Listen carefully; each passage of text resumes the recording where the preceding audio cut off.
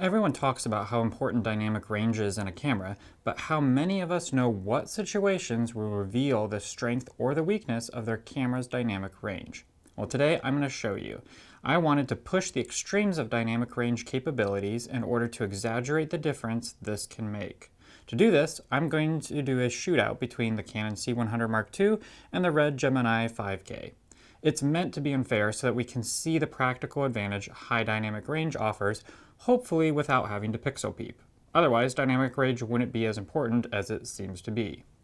The Canon advertises 12 stops of dynamic range and the Red advertises 16.5 stops. Because the Red does not have internal ND, I'm putting both cameras on ISO 1000, shooting 30 frames per second because that's my favorite frame rate. You can hate me in the comments, it's okay. Shutter angle is of course 180 degrees and the aperture is f5.6. I'm therefore lighting the bright side of my subject's face to f5.6 to match my camera exposure.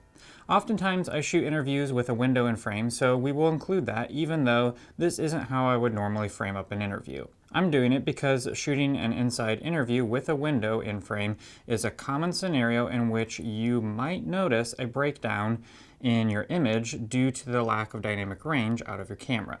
These windows are tinted, but even still, I'm getting 16 stops of light from them.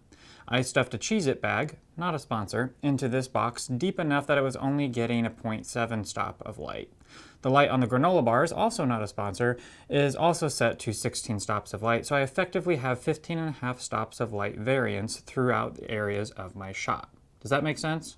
I'm trying to mimic a fairly ordinary interview situation I commonly film in, but I want to make sure that my light is maxing out my better camera's capabilities. Hopefully this will break the weaker camera and we'll be able to see the difference.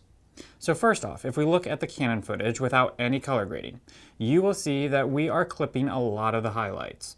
We have better tolerance in the shadows, but that makes sense because something exposed to f1 is a lot closer to f5.6 where I'm exposing to than f16 is, so I'd expect blacks not to clip.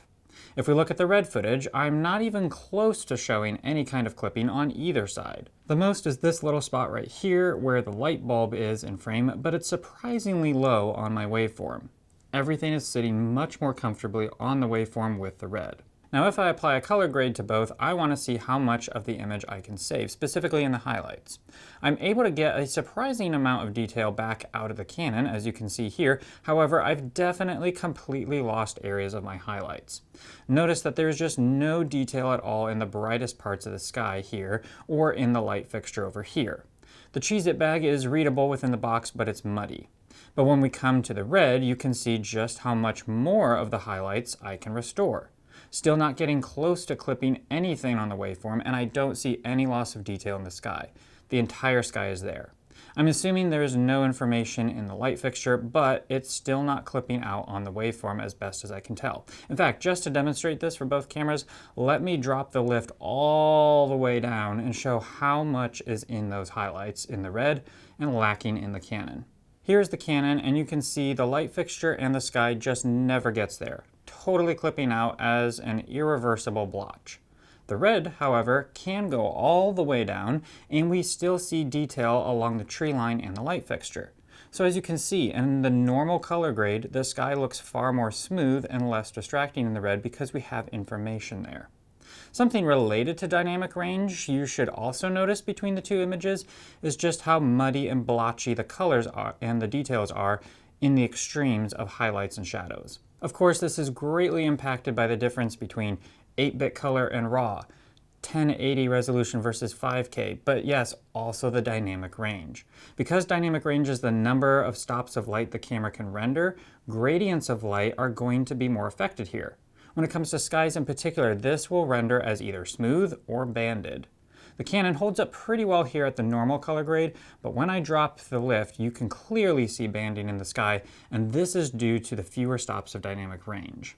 Watch when we do it to the Red, and again, you can see how smooth the sky remains, showing just how much information is there in the dynamic range. So as we look at the normal color graded images, you can see how much more muddy and blotchy the Canon is than the Red. It's easier to read the Cheez-It on the Red. even as dark as it is in that box. Because I've exposed the subject properly, the dynamic range is not going to affect that part of the image in a noticeable way, but you will notice it in the sky and light.